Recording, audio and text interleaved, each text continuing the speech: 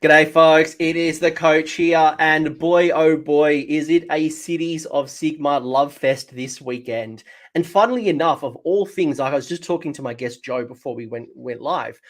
We've had this video set up for a few weeks now, and we are recording literally a week after the LVO, where Living Cities has actually won the LVO. So Gavin had gone 5-0, went into the top 8, and then knocked it out. My guest is not Gavin. Gavin, we've already spoken to, and he's already talked about Living Cities, and I'll get him back into the channel in the future. But I'm joined by Joe. Joe has come from the Great Plains Masters series in the Midwest, and I'm going to get Joe to explain a bit more because it wasn't quite on my radar until Sean, who people might know from the Warhammer Weekly episode with the Legion of the First Prince. Legend in my community, really active in my Discord. And he's like, hey, FYI, this is coming up. And the tournament organizer reached out. I actually wasn't aware of the this Midwest scene. And I'd love to know a little bit more from yourself, Joe. But you had actually won the series. So it was like a best of the best. You know, you guys had your wrap up for the competitive year and you played a knockout finals and you had won that. So the best of the best from that scene. And my guest Joe is going to talk a little bit about Living Cities, and spoiler, it's not Gavin's list. It's a completely different list, and it'll be great to kind of get some comparisons around incorporating Stormcast, but also playing more to the core of Cities of Sigmar. Because I know some people might not want Fulminators and they won't want dragons and they won't want to just spam all that good stuff from Stormcast. But before we get into that, let's actually get into my guest. Joe, who are you? Let the internet know this is your debut on the channel, and tell me more about this Great Plains Masters that I have only really learned this year. Hi, I'm Joe. I've been playing, I think, since AOS first dropped. So I got a starter set with my friend. We split it, played Corn. Don't have any of those models left. But ever since then, I've sort of fallen in love with the game. Interesting thing about Oklahoma is there's actually been a really good community that's been built up here, but up at Edmond Unplugged. We usually on a Tuesday night have about 10 to 12 players, and that sort of spurned this whole great, it used to be the Midwest Master. And we did that last year, I think our first year. And this last competitive season, we sort of tried to expand it out to a few different states. And we're starting to really build that. So now we're starting to see people from Kansas all up to Missouri and Oklahoma. I'm sure we'll start getting a few more people as we spread out. And basically, we just take, I think it's like the top 5 tournament results. And then we have, scoring system for that. And then generally at the end of the year, the top 8 who have the most points compete against each other. And the idea, I think, is the store that wins it is where that's going to be hosted next year. So there's a way to help bring, attention to the gaming store as well. I think we want to have a traveling trophy, something we're working on too, so that we could travel around different stores. So it's something we're trying to build up. It's something I can definitely see us hopefully expanding upon and getting more people, maybe playing other regions. No, it's great. It definitely, the Texas Masters scene has been great. You've obviously got the ITC communities, especially around mostly East Coast, West Coast. And from what I've heard, your scene very much is like the UK, the Australian, and the New Zealand scenes where you have like a best of the best tournament. You take like the top 3 or the top 5 results from that season, however long that season might be.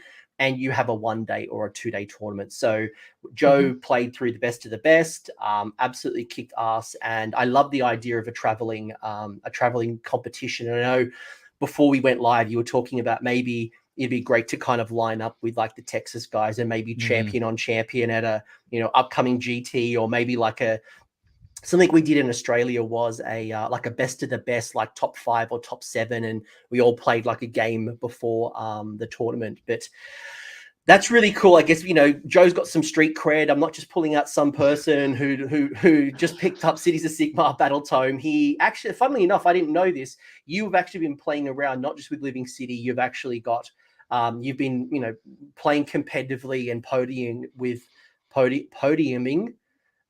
with a whole bunch of other cities. So today we'll be definitely focused on the Living City. And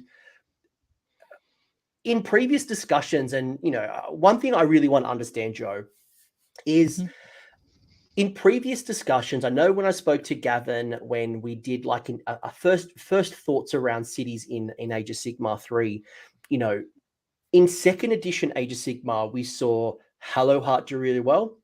We saw Tempest Eye do really well. We saw Hammerhall do really well. We didn't see a lot of living cities. And look, it's definitely a more technical army. It was around, but it was never known as a top tier army. Now, good players played it, and most players kind of didn't use it to their advantage. But third edition has come around, and Living City is the army that's doing the best when you look at like from a Cities of Sigmar point of view. So I guess I want to kind of know from your side of the fence, you know, Hello Heart brings magical supremacy. Mm-hmm. Hammerhall lets you do the double pile in and you know double combats. You know, Tempest Eye was really good for shooting and you know that fast movement and the +1 armor save and Aura of Glory. What is it about Living City that has really taken advantage of third? I think that's probably the first thing that I want to kind of get like an understanding of additions. Sure. For me, I think the smaller battlefields has really helped because, you know, the big thing that everyone sees when they look at living cities is that, oh, you can deploy something off the board and you get this something that can shoot, move, and shoot. But really with the smaller boards, you're not pigeonholed into just putting something off the board and doing that. Like there's a lot of different units. I mean, definitely from the Stormcast side, where you can deploy them in your own field. You have a big enough movement where you can move up, shoot, and then move. I mean, 20 inches is a huge movement with just, you know, something with any type of the Draconian Guard. I mean, that's a lot of movement that you can move across the board, either to go grab objectives or to swing around and hit the softer targets. I also think the army sizes being smaller is really helping too, because you're not dealing with trying to chew through like 60 clan rats, or, you know, I mean, you still deal with it in some undead list, but you know, I'm dealing, when I look at things like chaos list, I'm not seeing so many like huge blobs of like 60 marauders running around the board. You're seeing a lot more dedicated to bigger monsters, which leaves a lot more openings and things like that that you can really focus on and hit those weak points. I also think the bonuses, you know, being capped also help, because one thing I'm looking at things I play with is, you know, can I run independently? You know, I'll mention Fulminators a lot just because of it, but like Fulminators can mostly support themselves. I don't need to have a bunch of buffs. So it is something I can go run off to this side. Trying to think of other good range units. But I want to pause you there because you make a comment that I'm sure, you know, the pink elephant in the room is that we've always had access to Fulminators. You know, we could always do 1 in 4 Stormcast and it would gain the Cities of Sigmar keyword. It would gain the city of choice. So in this case, Living City. So why is it like Fulminators now are so much better in third than second, right? Because you're right.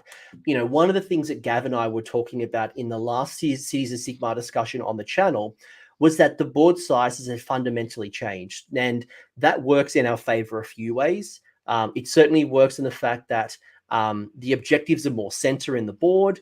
It means the distance from a deployment is far greater. So we don't have to rely on coming in from reserve.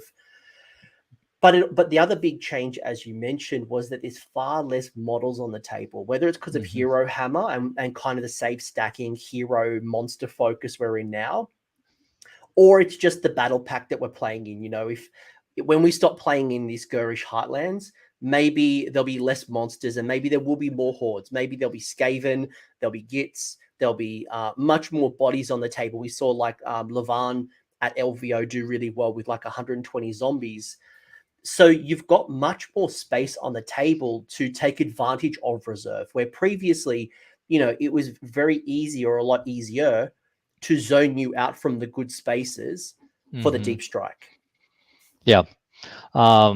Yeah, definitely. And going back to something you said too, I think the other big change, yeah, sadly, I think the other big change that's a good point as well. Like Gareth saying there, the Stormcast got an update as well, right? So that's probably one big update, and the Formulators did get an update, so it's probably worth acknowledging. No, I was gonna say the big thing is getting that extra rent. So running around with -2 rent is huge. You know, The funny joke I always have with a friend Mitchum who plays Stormcast up in our circuit a lot is he always gets really excited for Stormcast, and I was like, I do too, because I can steal all your good stuff. So like I think that's been a huge deal for them. Maybe the extra wound too is very helpful because it just, I can stay on the table longer for them. It's the same thing with the dragons too. I mean, when you can move 36 inches with them in one turn. You can move in the hero phase, move, shoot, and then move again. I mean, if you really need to get somewhere, you can get there with those dragons. Yeah, I think Gareth made a comment. It's not specifically, and this is a really nice summary. It's not that it's a specific that Living City become great between second and third. It's this perfect storm that Stormcast became good. So there's some really good melee options, and from a city's point of view, I mentioned to my guest Joe before we went live that I prefer to play Tempest Eye, Hammerhall, or Hallow Heart. They're the three cities that I mostly prefer to play. And tomorrow I'm actually talking to Jeremy, who ran the Phoenicium at LVO. So Phoenicium's an army that I've never touched, and I've never understand why it's good. And in second edition, I actually never did a video. It's like the only city I actually did no videos on. I think I even did more Misthaven content than I did Phoenician, right? But when I was building personally Living Cities lists in second edition, one of the challenges, even in when I did Hammer Hall, you don't have a lot of good melee options naturally in cities, right? There's a couple of like Demigryphs are okay. Yeah. The Dreadlord on Black Dragon is okay. Like there's not really a lot of good melee focused. Like even the Flame Phoenix is okay. Yeah. But when Formulators and the Stormdrake Guard, and like you do Stormdrake Chariots, like, there's a lot of actually good melee options. And now you've got things like Derelia from the father and daughter combination, the Witch Hunters. You got the Karazai, Krondus, Lord Draconis, as well as the Knight Draconis, as well as like the Stormdrake Guard. We've actually now got some really good options in melee, and we're abusing the coalition rules. Yes. Now I'm really concerned as a cities player that the minute we get updated, whether it's in an FAQ or in like Dawnbringer Crusades or whatever comes next for cities, I am scared that we are going to become consistent with chaos. Because when you look over the fence at all four of the chaos gods, sorry, Skaven, but when you look at like the combinations, Nurgle coalition forces don't gain the Nurgle key, like the Maggotkin keyword. The others don't get it either, which then means that what we do with our tricks with like Living Cities doesn't really work if we were consistent with what Chaos gets. I don't know if you have any thoughts on that, but I'm always conscious that I'm just waiting for the day for them to make that consistent for us. Yeah, it's one of those. It would make sense to me if it happens. It would suck, but it's one of those things. To me, it's just the nature of the game. And I've always been the type of person who likes to look at sort of like what's been going on in the meta, and I try to like to build something out of my own list or my own sense out of it that sort of either plays off of it or something I feel happy with. So I can see it happening just because of the changes that happened. The Stormcast has made cities strong, I think, in many of the cities. And I don't know if it was like an oversight on their part or something that they just figured this eventually 3.0 will update and it'll sort of work itself out. But yeah, it is something that one day I'm sure it'll hit, and people that play cities, hopefully the other things we get in the book, then maybe hopefully Demigryph Knights become, good at that point, like really good. Or hopefully they give us other options that are more in line with the book, where we can do things with the units inside of it. We don't rely so heavily on those coalition units to really make up, because there are a few good other melee options. Like I've done really mean things with hammers to people. People hate my hammers. I think in one tournament I was playing, I cursed Archeon. Oh, no, I destroyed a Nagash in one turn because I cursed him, and then I had Aura of Glory on, and I had the command trait from the Dwarf Lord. So I was 4 attacks apiece, and I think I did about 65 mortal wounds between all the attacks onto Nagash. So like there are some good melee options in there that you can do things with, but it becomes very combo heavy. And to go back to your point before, I think the other thing that really that's really been different about this edition is I don't think we're seeing as much hero sniping as well, because when I played Living Cities before, like, I played with the 30 block of Phoenix Guard, and then you have the Frostheart behind them, and then another wizard. They make them -2 to rend, and they're really a big pain in the butt. But it doesn't really matter much when someone can snipe out your sorceress in the back, in which case you're losing your -1 rend.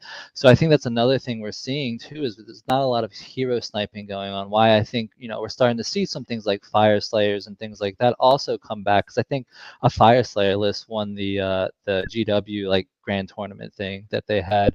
So if we ever see the shooting become oppressive again, I think that'll also hurt as well. Just something that I thought from 2.0 to 3.0. It's funny you say that, because in 2.0 I would take 2 or well, especially in first edition, and in second edition, I always love taking a small unit or multiple small units of handgunners to get that Hochland long rifles, because it ignores Lookout Sir. I think it does 2 damage from memory. Yep. So if I had 2 or 3 of them, and there's that 5 wound hero that I could get the Free Guild General to get +1 to hit, +1 to wound, and just try to pop that buff piece. But you're right. Now lists are being built, and there's far less reliance on small heroes. I would always have in my cities 2 or 3 small heroes, and I'd go for the adjutant, right? I'd always my general would never be the Free Guild General on Griffin or the Prime or whatever it might be. It was always something to get me that free CP, to get the bodyguard stuff. And, like an anointed on foot was always a great general, or things like that. But now you're right, with like Lumineth Sentinels and Daughter's Bow Snakes, and there's so much range mortal wound going around. The meta has definitely shifted away from relying on those 5 wound, 5 up armor save heroes. And you can't even make, I remember in Hallowheart, I'd make sometimes my general what's the Stormcast wizard, the Knight Incantor. Having a 3 up general was always good. And was it? Oh, I was gonna say, crap! I forgot what I was gonna say about that. Oh well. Because now the shift too, like a lot of the shift, like when we saw in 3.0, it was like Gargants were big, and now the question is sort of like, do you have enough damage to kill a Gargant?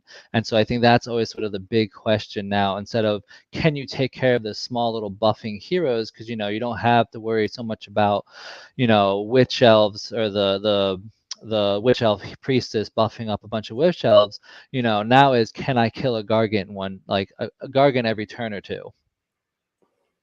Yeah, 100%. It's definitely a Gargant is now it is the pinnacle of, like, if I have a Mega Gargant sitting on top of an objective, I can't just remove it through multiple rounds of combat. If I want to reclaim this objective, because it counts as 20 per model, I need to be able to take it back. So you're right. I think, there's been comments around things like great swords, and like there's some okay melee, but I think, to come back to our original point, the Living City really does take advantage of some really good melee options in the meta.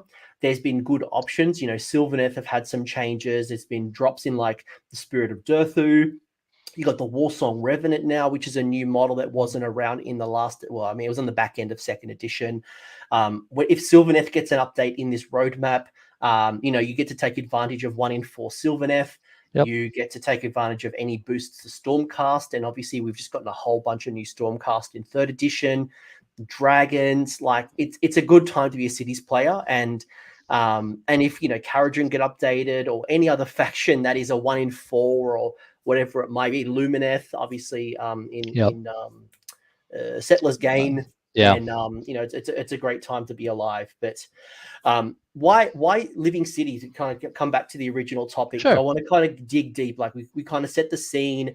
Good time to be living cities. Good time to be cities because overall, lots of good stuff happening and a lot of things you take advantage of. I'm still playing Tempest Eye. I like Tempest Eye. I'm OG. I like my +3 movement. I like my Aura of Nope. Glory. I'm a drug addict when it comes to Aura of Glory.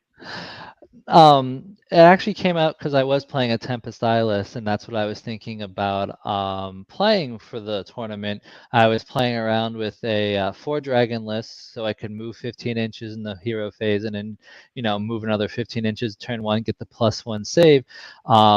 And then I was also spell bridging 20 hammers across with them, in which case you can run a Phoenix up there to stay up with them, cast Aura of Glory off of him. In which case, you're getting 3 attacks apiece. But what I was finding was, the dragons don't always hit as hard as I'd like them to. The Storm Drake Guard, I believe they're called. Like they don't hit as hard. The hammers could basically take out whatever I want, but the problem is that they didn't really have a good follow-up. Like once I wiped out whatever they're hitting, then something would come in and wipe them out, and I'm missing a big chunk of my army.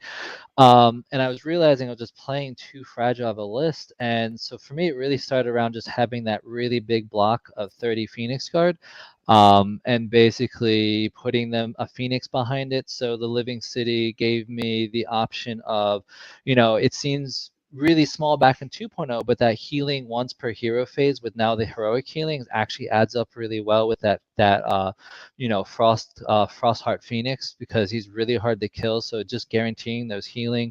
And then really it came around I need some threats behind it. So instead of having to worry about doing a spell bridge to throw dwarves across the board, I might as well go with living cities where I can pop up off the board if I need to with fulminators. So it basically I needed less support to throw fulminators around, and I have more movement with them and more playability than hammers who more felt one and done. And that is another point that we forgot to mention, was that endless spells changed significantly for us, Yes. and we no longer did the range extension. So there was a couple of cities, there was a couple of endless spells that were really good in Cities of Sigmar. And one specific one that was very common, and Carlos mentioned, can I do a Duarden build? So this is a nice little segue. Yes, you can absolutely focus purely on Duarden. You go into Tempest Eye and you can do 1 in 4 Kharadron Overlords as well, right? So you could have, Fire Slayers allies. You could have, Tempest Eye Duarden as a 1 in 4. And you could then do, everything from the Dispossessed line. So you could absolutely go pure Free Guild, pure Darkling Coven, pure Duarden, or the best of both worlds. But back to our original point, the Umbral Spell Portal, stupid Soul Screen Bridge. Yes. The Soul Screen Bridge was a very common tactic for us in second edition, where you'd get a bunch of Iron Drakes with a Warden King and a Rune Lord and Hammerers to kind of protect them. And it was your delivery mechanism to get up the board. And now, because what happened for cities is we'd get a range extension. I think it was like bridges were within 12 inches of each other, but cities could be 18 or 24. So it's like 24. Yeah, it was super generous, and it meant that we could then get our medium, because we don't have a lot of long range shooting. It's all medium range, 18 to 24, mostly around the 18 mark. And obviously, Duarden gets some good benefits if you don't move, so they're set up, loops around that. But we lost that, so it means then that living cities with the coming in from reserve on the side, set up the Iron Drakes on a flank. They're counting as a setup, not as a move, so you can still take advantage. And Gavin did the same thing with crossbowmen. If crossbowmen don't move, they get multiple shots. Derelia gets multiple shots. So Living City delivers that, where no other city, unless you go Misthaven, but Misthaven focuses on the Darkling Coven and Draconis stuff, then that Duarden couldn't benefit from. Oh yeah, certainly.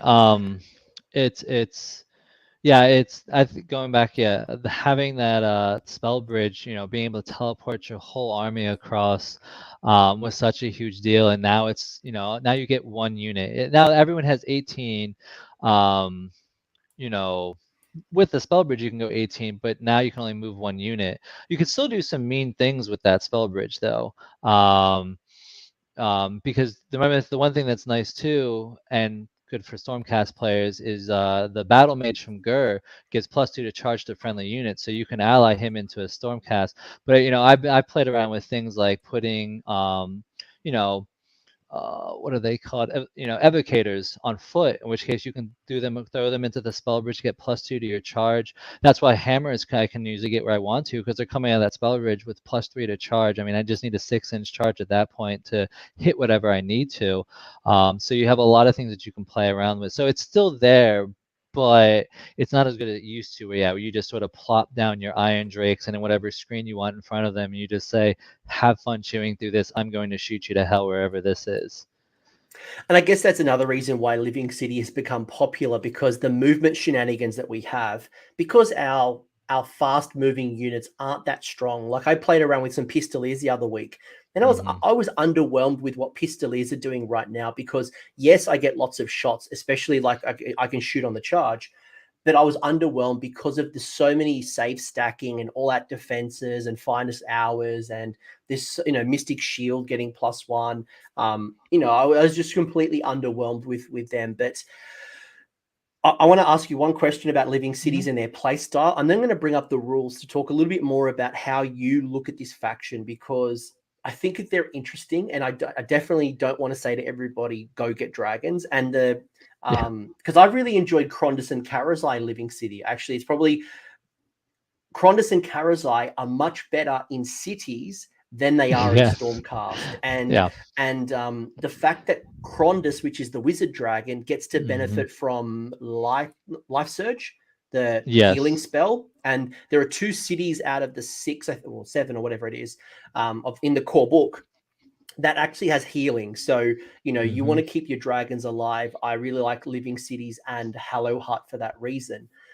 But what's the play style of, how would you describe the play style of Living Cities for someone who like me, is more of a Tempest Eye, Hello Heart, Hammerhall, Greywater kind of person? I would say it can be very tanky depending on how you build them. The spell with the -1 to wound is not as powerful as it used to be from 2.0, but it's still a good effect, because many things across in this game give +1 to hit. Very few things give +1 to wound. With the addition of Finest Hour, that's but there's very few spells and abilities, so even having that -1 to wound is a big deal. So you can play them very tanky with Phoenix Guard and a Frostheart behind that. I find that's very hard to move. Which case, then with that solid foundation, you basically then start working on your threats. Because I mean, Phoenix Guard are still a big threat to deal with, because they get a 2-inch range, so you're swinging in ranks of 3. That's about 60 attacks coming from them, and that's a hard unit to kill. As example, in the tournament I played, the first guy played Chris. He threw 6 Varangard into them, and I think he killed 5 on the first swing. And then he piled an attack twice, and I think he killed another 5 the next swing. And that's that's a big unit that he had buffed to everything that he could throw on them. And I think I took down 2 or 3 Varangard with my swing back with them. And the Phoenix also has a 2-inch range, so he can sit behind them and still get attacks as well and still be hard to hit. So in which case, then it's about, how do I build my fast-moving thing so I can go grab objectives, or can I build some range behind it to sort of sit behind it? I don't like to put a lot of range behind something like that, because then I feel too stuck in one spot. So I like to go with faster units with some Demogryph Knights like my list had, Fulminators, things that you can deep strike or come off the edge. Things that come off the edge don't have to be the thing that shoot either. Like, it's also good to just pop up that threat of having something behind as well, is a huge thing. Putting Demogryph Knights on into the reserve, and then knowing your opponent still has to deploy, and think about that as they deploy. They have to make screens. Fact that they can't just sort of leave this whole side, because I could just pop them up on the left side, take that objective, and in which case now I can continue moving my way over. So the play style is essentially, again, it's very technical, I guess. You have to, I think, understand cities a bit better and what to know where to use and how to use it. Because it's not something I feel like you just sort of deploy fulminators in there and you're just like, cool, I'm going to win, because there's still a lot of ways to mess using those things from reserve. So I guess I would say the playstyle is technical, but you still have a lot of options to play around with. As you said Yeah, too. So the other thing I thought of is their healing spell heals D6. So as we talked about before the show too, Alarielle, like she could take that spell and she's healing D6 as well, because it's a D6 heal on top of her own healing. So she can play the flanks really well, and she can benefit from and throwing something and moving and stuff like that. heroic action as well. She could heal Yep. another D3 as well. So, and I'm seeing a lot in the chat as well. They're talking about, we definitely are in a mortal realm. We're in a mortal wound meta, and Mm-hmm. I love that Cities has such a deep list that if you need a really tough screen of you get some Phoenix Guard, throw in Hunters of the Heartland, so they can ignore things like monstrous actions or and they obviously have a great, they'd be very hard, and you can make them battle line, or you could make them not battle line, Mm-hmm. and not give away broken ranks. You need some long range. You've got some long range. If you need those mortal wounds, you can tap into some long strikes. You can tap into the best of whatever the armies are. I remember I would play around a lot with Carriage and Overlords gunships. The gun haulers. Yeah. They were great to be able to pop in from reserve on other sides. You got Shadow Warriors and Canary, and there's just so Mm-hmm. many good things. And you're right, with the Living Cities specifically, it's very tactical, because what you put on the table, you can null deploy. You can put things in reserve. You could get things like assassins and choose wherever you want to pop it on the table. And my guest tomorrow, Jeremy, will talk a little bit about how, because he's got 3 assassins in his lists, Yeah. and I have never been a fan of assassins since we lost access to the Sword of Judgment. Like, Mm-hmm. we've never had a really good melee weapon to like get in and just get the assassin and just go stabby. But he used it obviously in a very different way, and now we are tomorrow conversation. But you really can, because there's so many less models on the table, and especially with some of them where you're fighting over 5 or more objectives, or maybe even turn 3 you lose you burn an objective.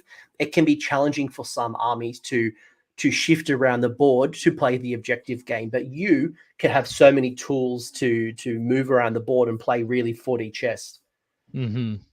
Oh yeah, um, it's with that move, shoot and move it gives you so much movement. But even if you don't have that, like getting the +1 to end the spells, like the spell bridge, as much as we were talking about before, it's still very valuable to like I play with a Tempest Eye, but even I could use it in Living Cities, where that 18 inches you can essentially redeploy and move things around and go grab objectives with it. Like that's generally when I use it. It's to throw something across the board, and then I still use it to sort of move around the board of, let me shift this wizard. It may seem silly, but let me shift this wizard to go grab this backfield objective over there, or I can move him out of harm's way and still hold an objective and move around the board. So with Living Cities, I agree. It's very technical, but again, it comes from just understanding, I think, the city's roster and how to use the individual things in the city's roster.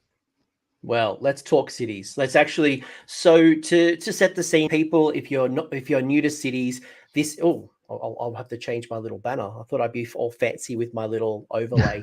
But what you've got here is you have Cities of Sigmar have specific benefits. So you've got yourself all of the city stuff in general, right? The ways of the free people. You've got the honored retinues. You can have like bodyguard rules. You get the adjutant, so you can potentially generate an extra CP and a 4+. 1 in 4 can be Stormcast. There's a whole bunch of things that come with cities just in general. But I thought I'd kind of chunk down a little bit further to go, right, well, I've never really looked at Living Cities potentially. What is it specifically that this faction brings? And I thought I'd get your insight to go, well, how do you think about these rules? Is there some things that you build around? Is there things that you don't worry about? First off, Living City comes from Gairan. Does that impact you at all, other than the narrative of you come from Gairan? No, not really. Ever since they switched all the was that the forbidden magic, that like not really. Never. Yeah, cool. All right, you're from the Living City. You're from somewhere. You're in. You're helping Sylvaneth. You're kind of beating Nurgle. Cool, nice narrative.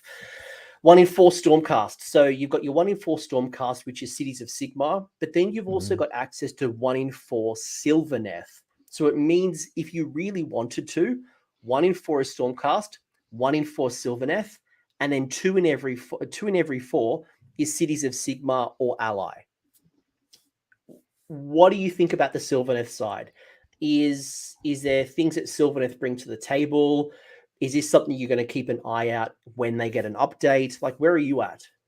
I think when I first tried Living Cities and I was still working on, I used to ambush some Kurnoff hunters with great swords off the side, and then obviously ran into the limitation of the 9-inch charge and stuff like that. So in which case I see it. I could see you maybe doing some things with the Kurnoff hunters with bows if we shift to, if you need to sort of kill some more, like get that really long range and really focus on the shooting.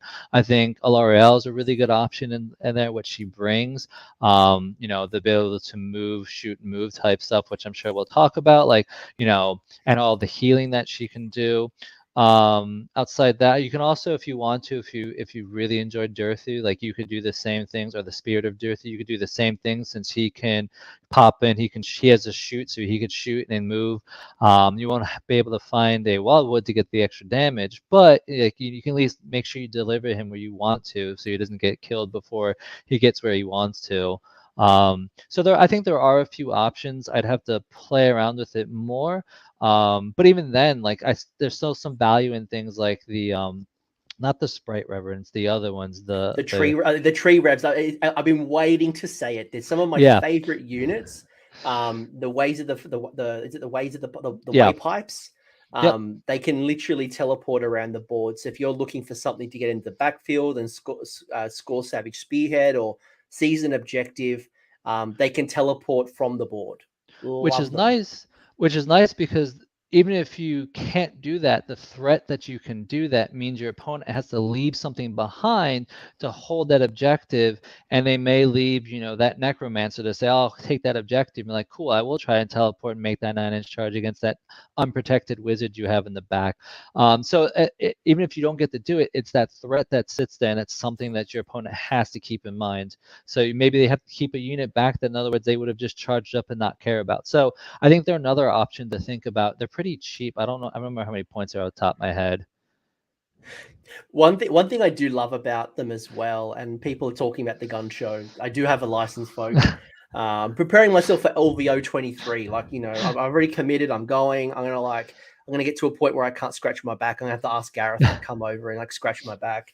But one thing I really love about them, because I played a lot with Shadow Warriors, and I really like Shadow Warriors. The problem I found with Shadow Warriors is once they're on the table, they're on the table.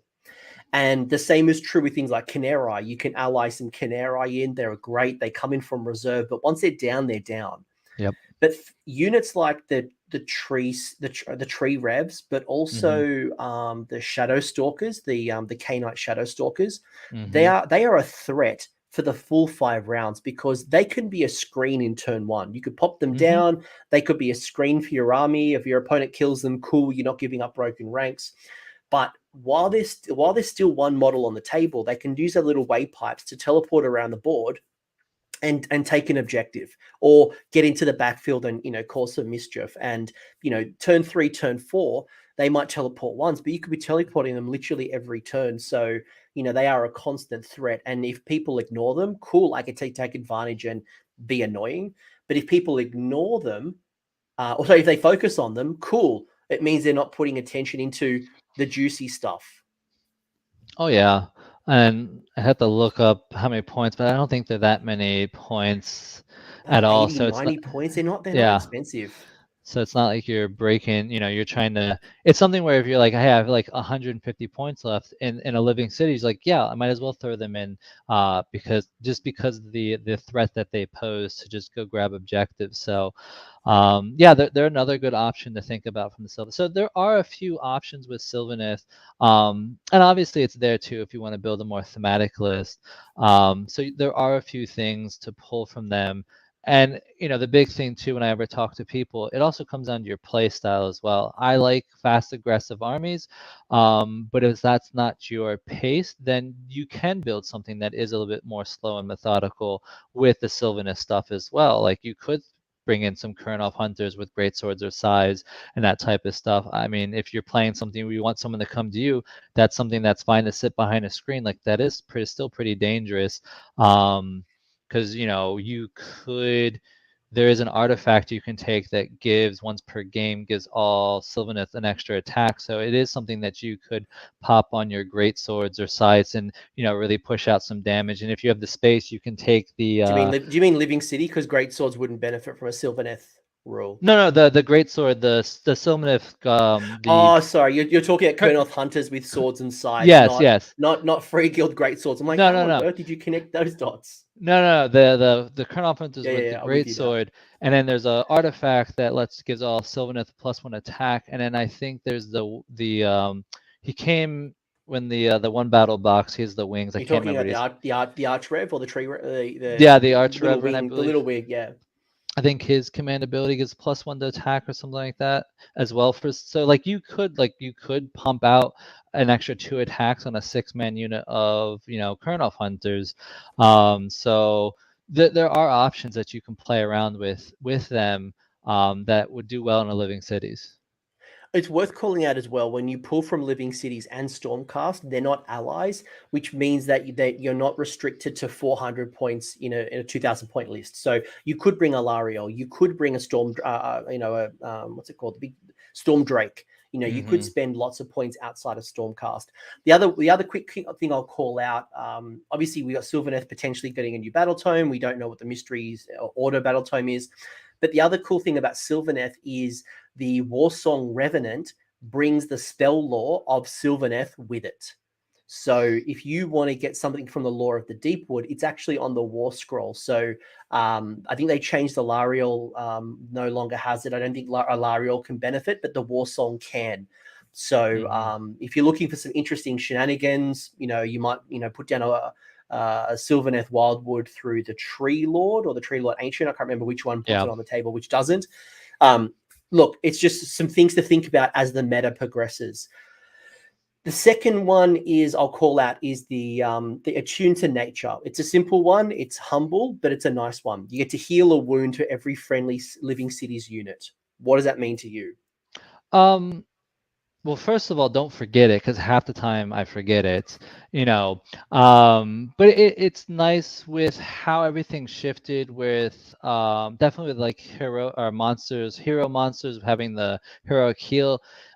It's nice because that's a little extra heal that you're taking. In my list, I have Demogryph Knights with a 3-up, so which case you can get down to a 2-up. So it could mean that little extra heal here and there that just keeps an extra model on the table. It's not game breaking. It's not something you're going to plan around. It's just one of those nice little bonuses that you get that can heal a wound here and there. Maybe going to a double turn, you'll heal 2 wounds. So it's a nice benefit, but nothing to really game plan around. Yeah, it's a nice to have. And Germ in the chat, I'm not going to bring it up because it'll cover our face at the moment. But Germ says, laughs in Nurgle. And you actually just reminded me, thank you, Germ, that with the Nurgle disease points, you can heal a disease point instead of healing a wound. So if you have like a single wound unit, Phoenix Guard, Frugal Guard, Duard, and whatever it might be, you clearly can't bring back a model that's single wound. You can heal it. You can heal multi-wound models, but you certainly can't bring a model back. But you could remove a disease token off your troops if you're facing Nurgle. So thank you for the reminder, even though I know that wasn't your intention. But there's another little useful thing there. It could save you from spending heroic recovery. And we know heroic recovery changed as well, so you can't do it when you're in combat. But Attune to Nature, you can. So even if your monster heroes or your monsters are in combat, you're still going to heal while your opponent can't. So another nice little thing. It's small, but it could mean the difference between a model dying and not dying. The thing that is really powerful with the Living Cities is that strike then melt away. That is that when people take Living Cities, this is one of the big reasons. So essentially what happens is, as we know, we can only use the command ability once, so it's only one unit. And what's going to happen is if the unit is essentially shot, it's allowed to move again. So once you shoot at the end of the shooting phase, you can burn the CP and you'd be able to move in the shooting phase at its core. That's what it is at its core without reading the exact rule. What does it mean? What does it mean to you from a play perspective and a list building perspective? I mean, it's pretty much the big reason to take Living Cities. It gives your units a lot more movement. You know, it combos well with the other ability that we'll talk about in a moment, the being able to ambush from the side. But even then, it's still a powerful ability of, even if you do an ambush off the side, it's something that you can still, you know, um, have that fast unit who can shoot, who's sitting next to you, who can shoot, and then use them to move. The nice thing too that played out a few times as well is that since you're moving in the movement or in the shooting phase, you can't actually trigger redeploy off of it as well. So you can sort of set yourself up for a nice charge and not worry about someone redeploying and then rolling that 6 and another 9-inch charge, since that triggers in the movement phase. It's also something where, as much as we focus on things like the Storm Drake guards or Fulminators, it's something that's not to overlook on your regular archers or things like that as well, because it is something where you could say shoot with your like move them up, shoot and then move back, or maybe you need to make a play for an objective, so it's something where you could shoot and get more bodies on the objective as well. So like maybe you move, do a redeploy, and then in your turn, or sorry, I'm thinking outside, but the idea is like what you're saying is exactly correct. The movement doesn't have to necessarily mean move and charge. It is a movement, and I think there's a lot of cool things. You could shoot and then retreat, not like retreat, but move backwards. You could move onto an objective. You could move and screen to avoid an opponent kind of getting to a charge if you take the top of the turn, or you're worried about being doubled, or you're at the bottom and you don't want to lose priority. You could use it aggressively. You could use it to position, like one thing I played around with a little bit with something like was the Dreadlord on Black Dragon. And he can be equipped with a crossbow, and I think the crossbow, because the noxious breath of the dragon is only like 8 inches. So if you bring the dragon in from the side, it will be minimum 1 inch away from being able to use a noxious breath.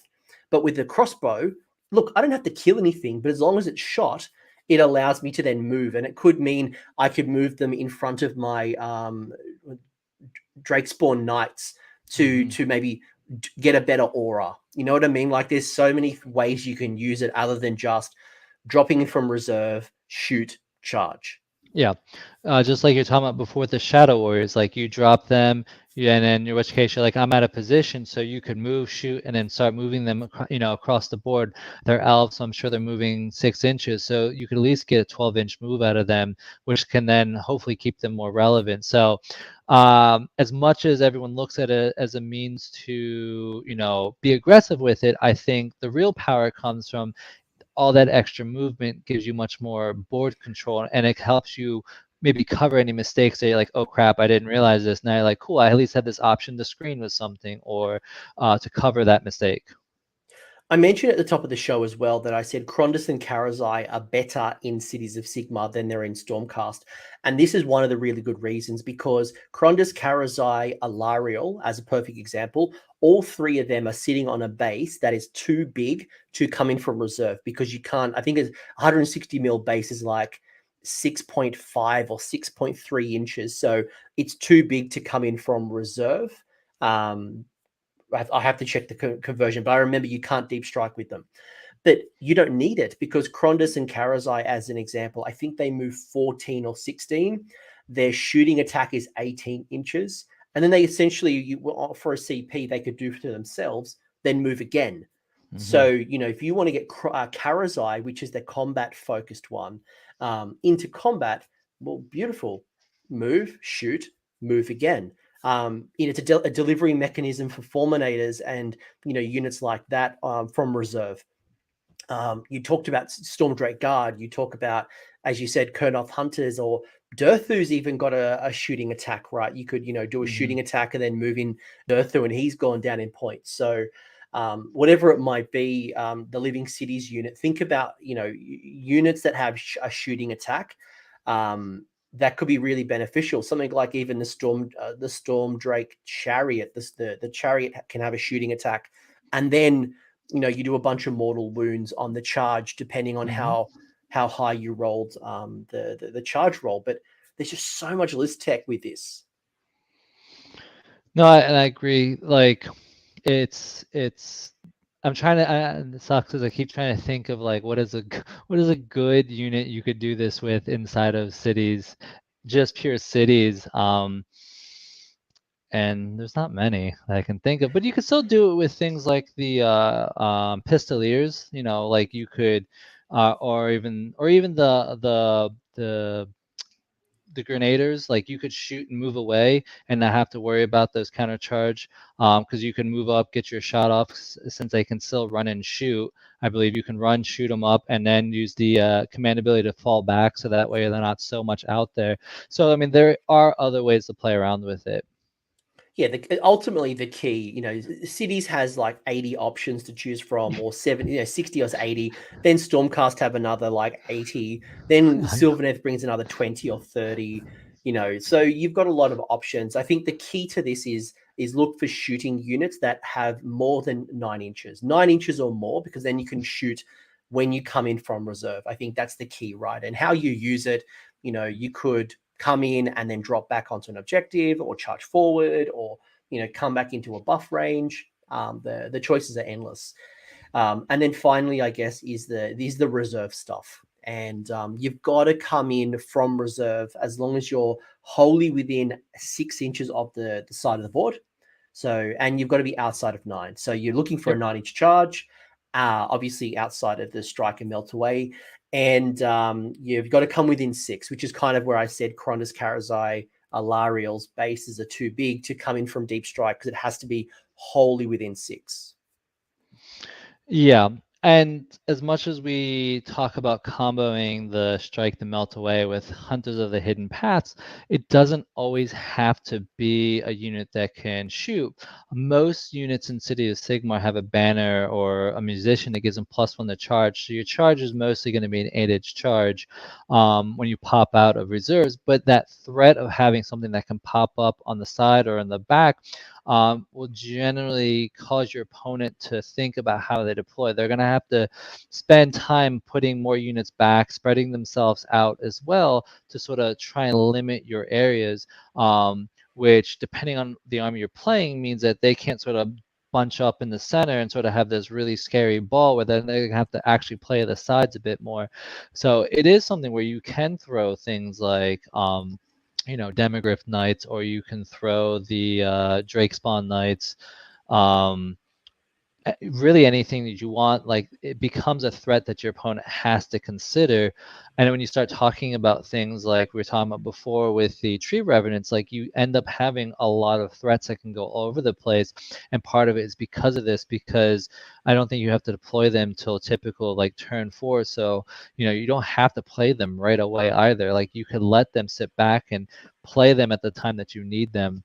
You can show, you could say play the center of the board, and then have most of your things off the side, where it gives you option of which side of the board you want to play on, instead of like fully committing in your deployment to say, I'm going to play the left and right and the center.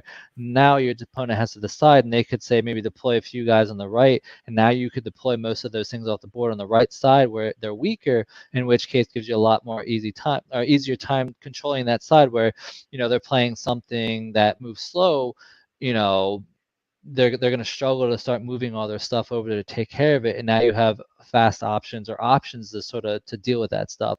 So it isn't always just a simple, let me deploy something that's going to move or shoot then move then charge. It could be something that has that threat of it's still pretty scary in the charge, or even that I'm going to bring some things in that you don't know where I'm going with. And I actually can then react to the changing situation of the game, and I would have things to react off of that instead of putting them on the board and say, well, crap, I deployed wrong. Now you can sort of see what happens first. The other cool thing as well, and Cameron mentioned it, thank you, Cameron Thompson, is you can take advantage of things like the Luminarch of Hish, which is like you draw a line of sight, and whoever is within line of sight, like you draw a line, and I think it's like a 30-inch range from memory, and they can take damage, right? So if you pop a Luminarch on the side of the board and then draw a line through the best possible way through your opponent's army, especially if you do an early strike, then you could hit a whole bunch of their units and do, I think it's D3 mortal wounds, or from memory. It's been a while since I used the Luminarch. But the other thing that we mentioned in the show that I'll call out this particular point is that there are a couple of units in our book and other books which get benefits when they don't move. Crossbows are an example. Derelia is an example. The Iron Drakes, if they don't move, get a boost. There's a whole bunch of units from memory that if they don't move, they get either +1 to hit, +1 damage, +1 attack. There's some type of boost, right? So when you set them up on the board, a setup isn't a move. So then they get to take advantage of those and then shoot off and do some real damage, and you can pop them wherever you really need to.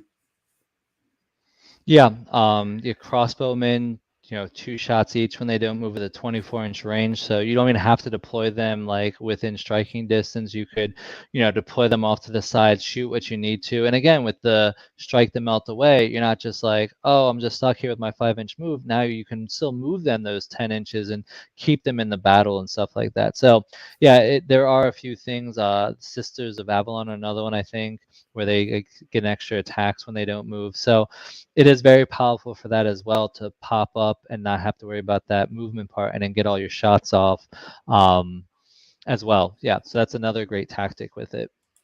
Yeah, I guess it's it's not just a delivery mechanism for Fulminators. There's so many options that you can bring to the table. Couple of quick questions, and I want to bring up your list in a minute, and then I'll get your opinion as well on Gavin's list, given it's another version of the list, and I thought it's very timely given that the LVO just happened. So if you want to lean into like Stormcast and the Dragons and the Fulminators, I think the only thing I would say to you is know that the clock is ticking. And I'm just waiting for the minute that the coalition. I think things like Sylvaneth will still stay true, and you'll gain Living City. But I could see a world in the next 6 months where Stormcast have the same coalition that Chaos have. It seems weird that we've got 2 different versions now of the coalition. They've tightened it up on one side of the fence. I think our clock is ticking. So bear that before you start dropping all that big cash on Dragons. No, and I agree. It's it's the nature of the game. Things are always changing. Things are always updating. So it's one of those, you just got to stay up with it. And as much as things like that happens, it does suck. But at the same time, you learn to adjust to it. You learn what you find, what you can find. So I'm sure eventually we'll see those things. Because same thing with the Stormcast. The Stormcast have their own coalition rules with Cities of Sigmar, but they only get +1 bravery when they're near a Liberator. You're like, cool. And we can already not take them as general anymore. That's one big change that we had, was that I would take the Knight Incantor as a general. You can no longer take Stormcast. So I feel like the clock is ticking for us. Oh yeah. Whether it is we just get a special rule for taking Stormcast and they can't benefit from everything, I would definitely see that as a possibility. So I would say if you have, the things to build those lists, I would do it now. But yeah, don't go run out and buy a bunch of stuff. If you're like me, I have 3 bookshelves full of stuff. So well, I don't know if you can see there that IKEA cabinet. I converted the IKEA cabinet. It's only 4 shelves. I converted it to be 8.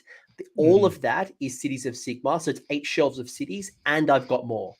And funnily enough, because of cities, I've actually now started Stormcast, because I picked up like the Knight Incantor. I picked up like the Knight of Zeros. I've picked up so many Stormcast units for my cities that has now led me down a path where I've got Dominion and I'm now actually building.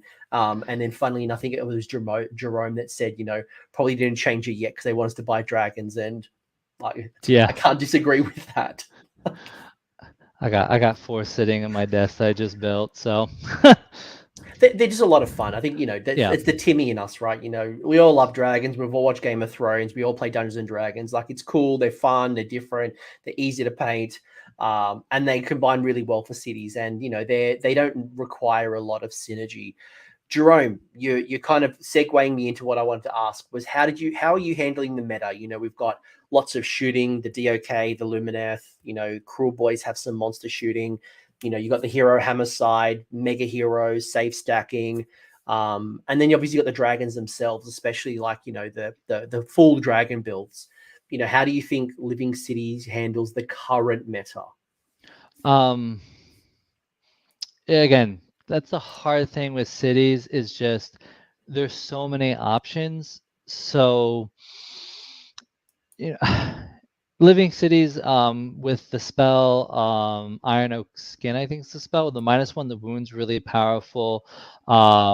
So like, for example, in the top table I played against someone who had 6 long strikes, and he did the double shooting to the Phoenix Guard and only killed about half my unit. And then in my list, I also have an Emerald Life Swarm, and I think by the end of the game, I pretty much brought back, I was back up to like 27 Phoenix Guard. So having that really core block that's hard to shift and hard to kill, sort of forces the opponent to focus on that. So generally, I feel pretty comfortable taking those really hard hits with them. I'm sure throwing, someone threw a bunch of shots into the Marathi bow snakes into them, they could weather through that pretty easily. I still think it would take a few turns to pull through the Phoenix Guard. And in which case, things like Demogryph Knights, I mean, they're not great, but they're still good enough to take down most things in combat, unless someone's really stacking a lot of saves. Getting -2 on the charge is still pretty strong, still being able to pump out some mortal wounds. The Fulminators, again, can put out a lot of damage. So it's essentially, with Living Cities, you can get some really strong defensive blocks in there, and then you still have all those really strong options. So you can deal with those mega gargants who's sitting on objective. You can take them out in one turn. Or again, it's like you have that really strong shooting. You have the ambushing from the side where you could force them to deploy back, so maybe they can't get their shots turn 1. They have to force them to move up, and you can exploit some holes that pop up, in which case now you can, get those charges off into that range unit. So you have those tools to sort of take care of those range units. You have those tools to survive a lot of the big hits.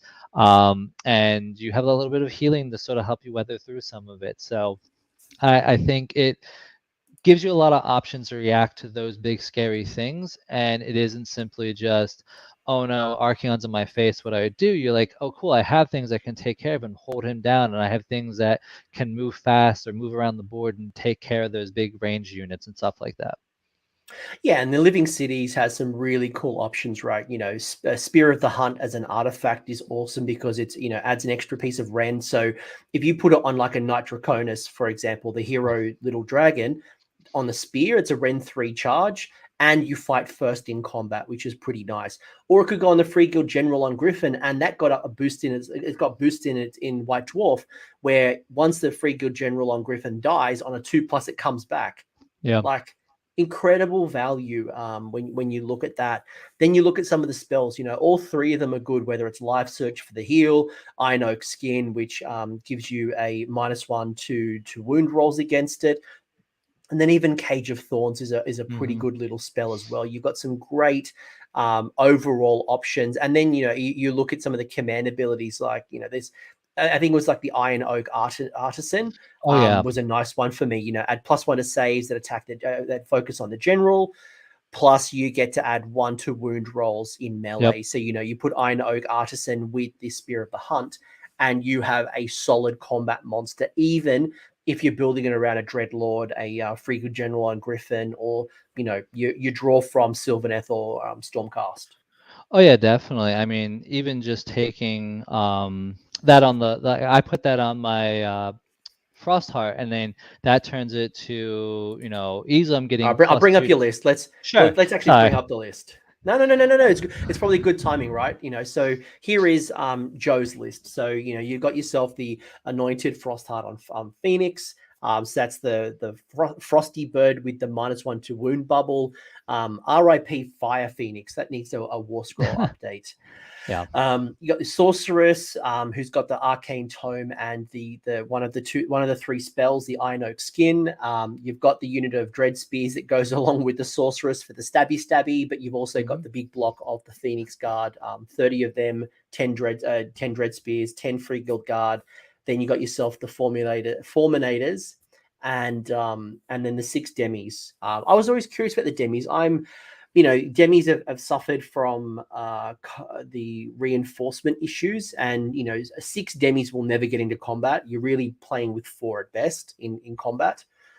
And then you got your Emerald Life Swarm getting on the table from the sorceress, who's getting +2 to spell casting when she stabbies.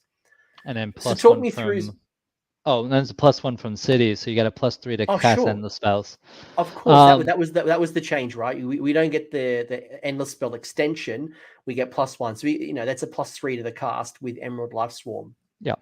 So yeah, my list essentially is the 30 Phoenix Guard basically sit in the center, and they just move up as a come fight this. Generally, I try to keep the Frostheart 2 inches away from the front line because all of his attacks have a 2-inch range. So the nice thing is if someone charges into your Phoenix Guard, they all have a 2-inch range, so they're swinging in ranks of 3. But then at the same time, you can also then allow your Frostheart to get into combat as well. And also get a few extra damage. He's not a combat monster, so it's one of those things I tell people is don't throw him in the front of everything and hope that he's going to, take out 20, 30 units or models. Like, he's going to pick off some wounds here and there. His big thing is he's a big support piece, and he can get a few extra wounds. His other really big powerful thing is he's like a 16-inch movement at full health. So he's also something that can go fly away and go grab objectives, or someone leaves that hero that they need that support piece, undefended. You can fly over and get those charges off. You can also just be a big pain in the butt with the Iron Oak Artisan, gives him +1 to save. When someone casts near him, he has +1 to save. And then you could do, Mystic Shield on him. So he's running around. You can save stack with a 3-up save on him, 4-up if you really want to do the all-out defense. And then he has a 4-up after the save. So you can effectively negate most Ren, and then having a 4-up after the save is going to make him extremely hard to kill as well. I've got a burning question about the Frostheart. One of the most common uses I see of the Frostheart Phoenix with the Anointed is it comes with the Arcane Tome and Flaming Weapon. So a lot of people will put Flaming Weapon on the beak attacks of the Frostheart Phoenix, but you have gone down and put the Arcane Tome on the Sorceress. What's the logic behind not putting the Frostheart with the Arcane Tome, or maybe why is the Sorceress got the Tome instead? Mostly because my idea behind it was to really support the Phoenix card. So I wanted her to be able to cast Iron Oak Skin and be able to cast the Emerald Life Swarm. If the Life Swarm's out, her innate spell is an 18-inch range, D3 mortals, and -1 to hit. So if my Life Swarm's already out, then she can also cast her innate spell or Mystic Shield, and then also still cast the Iron Oak Skin. The other big problem I have is it's great to get the 3 damage on the beaks, but it's still only -1 rend. And so which case, 3 damage is great, but when you hit something that can negate your rend and still running around with a 2-3-up save, you're like, great, maybe I did 3 damage with one of my swings. It's not as valuable as being able to, throw out a few mortal wounds and still sort of debuff something with that -1 to hit and then -1 to wound. Also, because as much as the Phoenix Guard tend to be the option of my Iron Oak Skin, it's something that I can throw on my Demigryph Knights and let them go run away and do things with, because they don't have to stay near them after the spell's cast. So I could go throw it on my Demigryph Knights, and they don't need that much support anymore. And something that is, great that you're hitting on 2s, but if then you're wounding on 4s or 5s, and then my Demigryph Knights still have a 3-up save after that, like they tend to be hard to shift when they're supported. Yeah. Because they're 4 wounds apiece, right? Like yes. Demi are tanky, right? They don't do a lot of damage. I'm always disappointed with Demigryph Knights and their damage. They really are a defensive unit. I'll often use them to pin an opponent, with a really good armor save, with lots of wounds. If they do some damage, I'm really happy with it. But I'm never expecting them. Like, I don't treat them the same as like a Fulminator, for example. Like, it's just way different. So the other thing too, that also leaves my Phoenix free to leave if I need to, because then I could still get that -1 the wound from casting from the sorceress. So then I can use my 16-inch movement on my Frostheart to then go grab objectives and go challenge things. Like, he doesn't just have to babysit my Phoenix Guard. So that's why I didn't really, the extra damage would be great if I could get it, but it's not a huge focus, because to me the Frostheart's not there for combat. He's there to either go hero hunt, or he's there to go grab objectives or support things, and that's really his goal. His goal is not to do a bunch of damage. So I'd rather have the versatility of being able to shift those -1 of wounds around, or again, have -2 to wound on my Phoenix Guard, and then you do finest hour, in which case I've still negated your bonus, and at that point you're still probably hitting or wounding on 4s or 5s or something like that, which is a huge deal. Austin, aka just a typical Aussie, did make another good counterpoint. Not to say that you're wrong, Joe, but a good counterpoint is Flaming Weapon is only a casting value of 4. And if the Anointed is casting a spell, you obviously get the +1 to your save if a successful spell was cast within range. So if your Frostheart Phoenix is running off outside of the buff range, because you've got to be within, is it 12 or 24? I can't remember exactly the number, but you've got to be in range of the spell cast to get +1. So you could self buff, but I can see exactly your logic, and I can see why you'd want to do what you've said. Sure, but you saw the Iron Oak Artisan, which you're still getting +1 to save from that anyways. So in which case, at that point, you're really just, if you really need to worry about rend, I mean, most rend is -1, a simple all-out defense or a finest hour, and you basically negated it without having to stay near the spellcaster. So I mean, in a perfect world, that'd be great, but I think the value was more beneficial to me to have it on the Sorceress rather than on the Frostheart. I agree. I guess my point would be the Frostheart Phoenix, that combination with the Flaming Weapon to get +1 to the cast, might be better in like Tempest Eye, Hallowheart, and some other armies where you don't have the Iron Oak Artisan to get that natural +1. Sure. But if you are finding yourself in the future in a super high rend meta where everyone's going rend 3 and rend 5, then it's an option. Yeah. But I think in Living Cities, I think to your point, it's probably a bit redundant to double down on pluses to armor save when there's so much already. Mystic Shield, all that defense. There's just so much right now. Yeah. Oh, no, I completely agree. And outside another city, I definitely see the value of being able to self-buff yourself and get that +1 to your save. I like running the Frostheart with an Aura of Glory, because then I can really use that 16-inch movement to really move my aura around where I really need it. So I've got a lot of benefit from doing that. So yeah, no, like outside of Living Cities, I could definitely see taking that as an option. Yeah, no. I thought it was interesting. Nothing more. It's just a counterpoint, and I think to your point, I agree. You don't need that many pluses because you put too much focus on the Frostheart, and you've got so many other great units that you need to be thinking about buffing. So yeah. Anyway, you've talked about the Frostheart, great support piece. It's a great hero. It takes a lot to bring that thing down. To your point, it's not a damage dealer, so building on, like, it's rend. I think what the beaks is one of the attacks when is it the claws rend 2 and the beak rend 1? I think they're all rend 1. Yep. Yeah, you get 4 attacks with the halberd. It's 1 damage, Rend 1, and then the beaks at top. It's like 8 attacks, Rend 1, 2 damage apiece. That's when like it's all Rend 1. Yeah. If it had like Ren 2 or Ren 3 options, different story. And like, do I put a Spear of the Hunt on it? No, because then I lose the Arcane Tome ability. All right, I think we kind of talked too much about Frostheart Phoenix. It's good thinking, and I think you've justified why no flaming weapon in Living City. But in other cities, definitely much more benefit in that combination.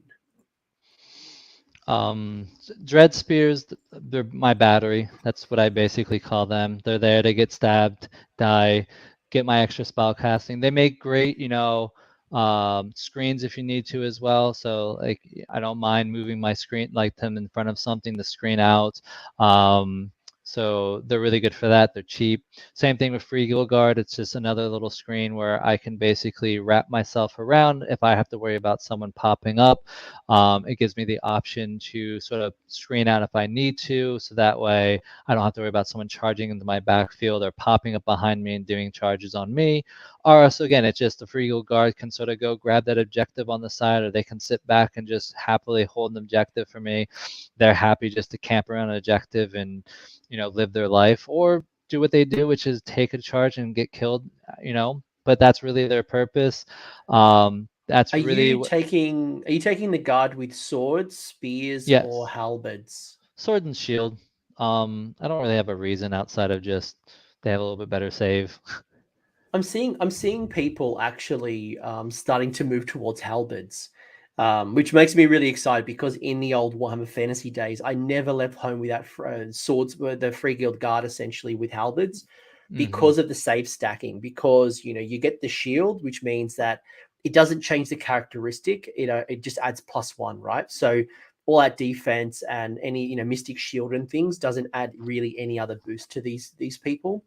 But I have seen some cities players bringing in the halberds for the Rend 1. So I'm sure like the difference is like minuscule, but it's just interesting in third that I've seen a bit of a swing. So I don't know if it's a trend or if it's people just testing things. I could see the value of, I could see it as something where people would ignore, saving their attack priorities on them to last. So maybe you can edge out and, take that, get a few wounds on, do a few damage, kill a few models. Outside that, I don't, I see it pretty just, you know, that's the only thing I can think of top of my head. I think the back in the day when you could stack things, I think in a hammer hall you could get like -4 to hit, which would make scary because I could run like a 30 block with halberds. Like that was pretty powerful. But nowadays, I, I wish I could bring a bunch of free guild guard. Yeah, and there's only so many buffs you want to do with them. And then right now, again, the save meta that we're currently in. I used to love my Free Guild General on foot. Throw Hmm. down, hold the line to get +1 to hit, +1 to wound. But again, you're playing the volume of attacks game. I Yeah. think that combination is better with handgunners or crossbowmen as opposed to Hmm. or great swords even. But even then, great swords with coherency right now, I put down 10 great swords, 20 at most for redundancy, but the big blocks. I think I'm much better off, as you said, with a Phoenix Guard and even like an anointed on foot to get the +1 to wound. And they No, ignore battle shock. No, is it possible? What's no, their the command command trait ability? reroll their wounds. Is that reroll? I think it Hmm. was +1. I was thinking it was a +1 for some reason. No, it's That's nice. even better. Yeah, and the scary, the way to make Phoenix Guard really scary is put a Hurricane behind them as well, and in which case they're 2-ups, and then reroll, and with The that command reroll. ability, rerolling all wounds. So I mean, I've seen 30 blocks of Phoenix Guard put out, 55 damage with a -1 rend because they're 2 attacks apiece. Yes.